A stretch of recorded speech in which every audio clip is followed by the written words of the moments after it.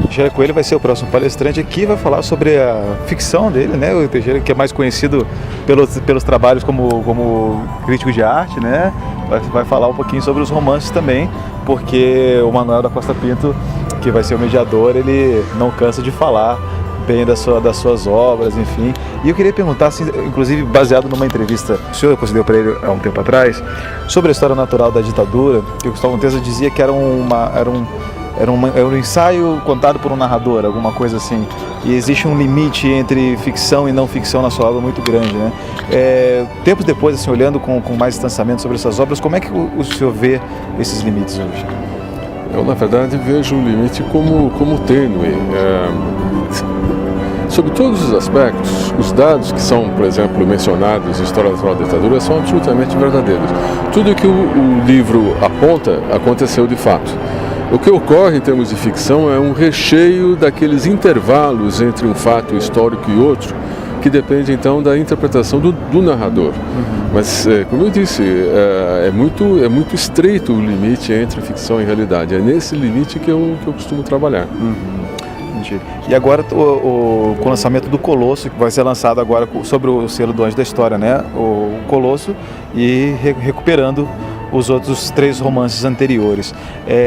O Colosso, o senhor acredita que ele seja um livro que dê uma continuação, que una esses todos sob um selo? E o que é essa aglutinação na opinião do senhor?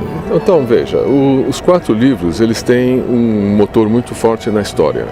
Os personagens são perseguidos pela história, de certa maneira, né? Uma história que é maior do que eles, e daí, inclusive, a alusão ao Anjo da História, na verdade, ao Ângelos Novos, que é a pintura do Kleno, né?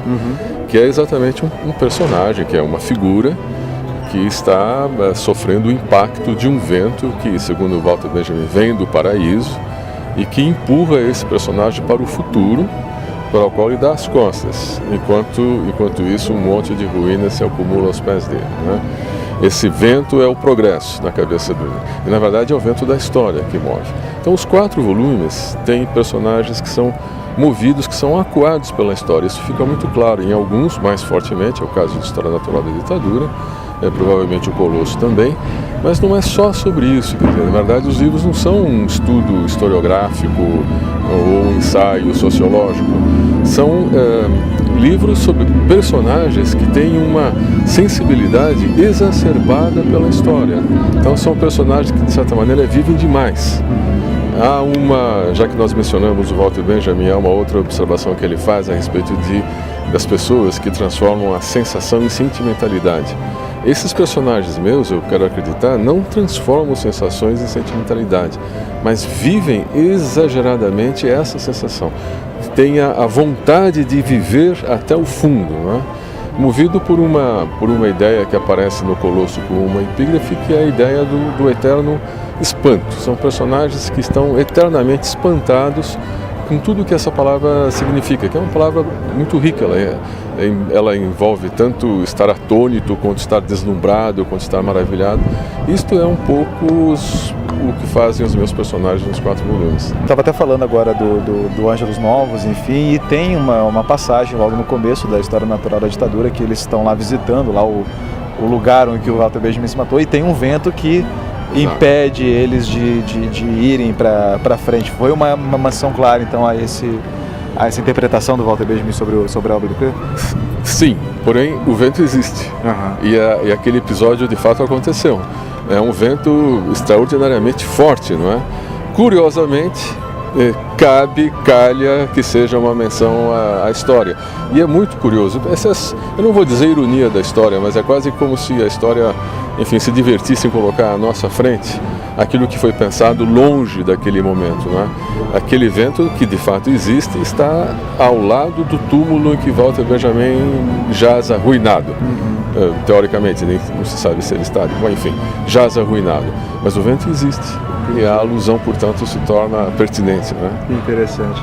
E só para fechar, com relação ao Niemeyer, um romance, né, sobre o biógrafo do Niemeyer que ficava esperando a morte, assim, o Niemeyer, enfim, acabou, enfim, falecendo, faz coisa de 3, 4 anos atrás. E isso, você sente que isso dá uma espécie de desfecho para a história tempos depois dela ser escrita, ou isso é uma coisa que você já estava esperando mesmo na época? Não dá o desfecho, né? O Niemeyer é uma dessas personagens que a gente goste dele ou não, ele é maior um pouco do que qualquer biografia que possa ser feita. Ele deixou uma marca sobre esse país, de novo, para o bem e para o mal, que é fortíssima, né? E de certa forma, aquele primeiro livro, que é o primeiro dos 4, historicamente, cronologicamente o primeiro dos 4, é retomado nesse último. Naquele é um país, vamos dizer, pequeno ainda de certa maneira para o personagem. Este é um país que é um colosso. O título, não sei, vou revelar aqui de certa maneira, é apenas uma parte da revelação, faz referência ao país, né? Não faz referência ao Niemeyer. Mas não é um desfecho. Nenhum desses livros tem um desfecho, assim como aquele também não tem. A história do Niemeyer é uma história que se faz. Entendi. E aí a história se continua, né? Ela não se fecha. Ela continua empurrando as pessoas para o futuro, ainda que elas estejam de costas para o futuro, como nós estamos, eu acho, hoje no Brasil.